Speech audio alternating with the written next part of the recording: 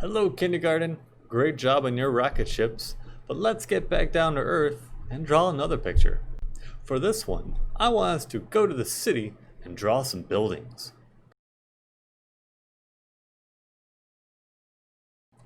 Can you name any buildings? What about your house or an apartment, hospitals, libraries, or our school? A building can be anything that has walls and a roof that people use. Does anyone know the name of the job for a person who designs buildings? It's an architect. These artists design buildings. They think about what they will look like, what they are going to be made of, where the doors or windows are, and how it will be built. But they don't actually build these buildings. They sell these plans, called blueprints, to a construction company, and construction workers will actually build them. Now, let's look at some really tall buildings now. Can you name any famous buildings? How about the Willis Tower, or what used to be called the Sears Tower in downtown Chicago? Do you know the name of this kind of building? A skyscraper, because it looks like it's so tall that it could scrape the sky. Did you know that the very first skyscraper was built right here in Chicago? In fact, Chicago architects are still the ones behind some of the tallest buildings in the world. People from all over the world come to Chicago to find the best architects to design their buildings. Let's look at some of the world's tallest buildings. The current record holder is the Burj Khalifa in Saudi Arabia. And in second place is the Shanghai Tower in China. Both are almost twice as tall as the Sears Tower in Chicago. All right, let's get building. So grab a sketchbook, open up to a fresh, brand new page. Now for this picture, I want to give you some options, depending on if you want your buildings to be really tall or if you want lots of buildings. If you want lots of buildings, I would have your paper turned sideways so we have more room this way to add more buildings. If you want to draw some really tall buildings, turn your paper up and down so you have more room this way. All right, once you've decided that, let's think about what shapes we could use to draw our skyscrapers. What shape do you think would work best? When I look at a skyscraper, I think, it's straight on the sides, it's flat on the bottom, flat on the top. Maybe a rectangle would work best for this. So I'm going to draw a rectangle. Now, I could just draw this by hand, but do I have any tools to help me draw straight lines? If you have a ruler, or if you still have this can help you draw your straight lines. Remember, we can put our hands in an L shape to hold our ruler in two spots. And then I'm using my other hand, I'm going to draw from top to bottom to get a nice straight line. You know what? You should use pencil. I'm going to use a marker so you can see this even better. Please always use pencil. Let's try that again. Oh yeah, that shows up nice and dark. See how straight that line is? And then I could do the same thing for the top of my tower. Now, that's one building. What about the other buildings? Should they all be the same height? Or are buildings different heights? I think usually they vary and they have different heights. Some are taller than others. So maybe I'll draw this next building a little bit skinnier and a little bit shorter. Maybe this next one is going to be even shorter but a lot wider. Maybe this next one is going to go even taller. And we'll make another medium one.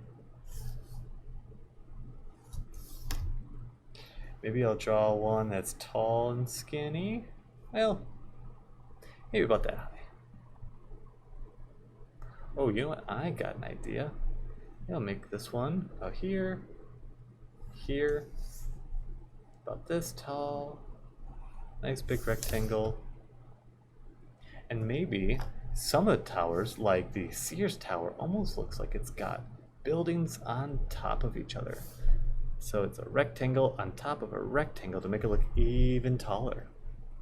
And then I'll just have one last one. In fact, I don't even have to draw another line here. I'll just use the edge of my paper like they're just going off the page. Alright, once you've got some buildings drawn, now we need to add some details inside. What kind of details could we add? How about windows? What shape are windows? I think a lot of windows are squares and rectangles. So I'm going to do some rectangles. Now you could use your ruler. You could do it by hand. If they're really small, you can just use it by hand. I'm going to use maybe a ruler for this though. And then I could draw them all lined up.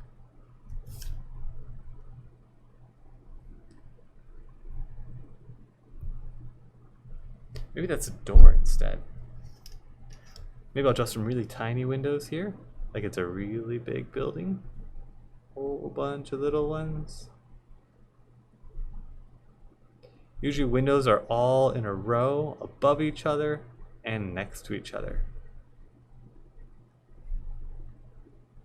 Usually all about the same size if they're on the same building.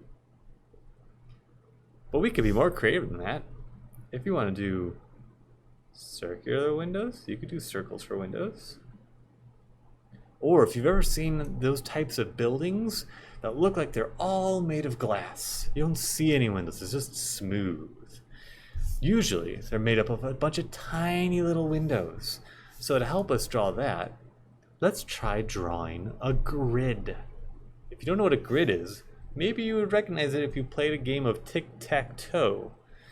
A grid looks like this. There's lines, vertical lines, straight up and down.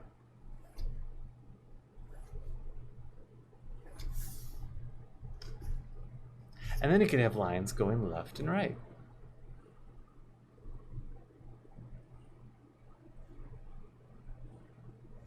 You ever seen a building that looks like this? I know I have. And I can continue those lines all the way down. A lot more details we could add. How about a roof? A lot of roofs in the city are flat, but maybe some could have a triangle roof. Or a rounded roof. That might look good with a building that has rounded windows. Can you think of anything else that a building might have? Have you ever seen the Sears Tower? The Sears Tower has antennas. These can be used for all sorts of things. Maybe it's for radio or for lightning, so it helps protect the tower from lightning. Speaking of lightning, let's add something to our sky. After you're done adding all the details to your buildings, think about what kind of sky you have. Is it daytime? Nighttime? Is there a sun or a moon? Is it cloudy? Is it stormy? Think about it. Maybe it's a sunset. Maybe there's a sun right here that's setting behind all these buildings.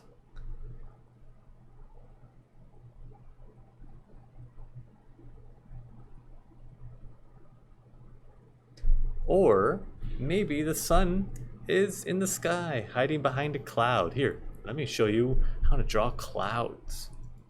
You could draw a cloud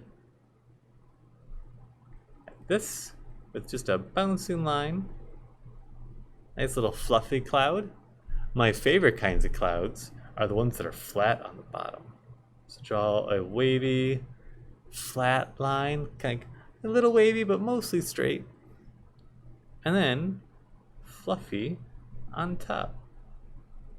It kind of starts out low, then it gets high, then it gets low again. I like clouds that look like that. You could add maybe birds in the sky. How do you draw a bird? They could be really hard to draw, but when they're really far away, we don't see a whole lot of the bird. So we could keep it real simple and draw like a lowercase letter M shape. Lowercase letter M. Maybe this one will be turning this way. Whole bunch of birds in the sky. So, start drawing your buildings, add details, and draw in your sky. We will color this next time. Alright, bye everyone.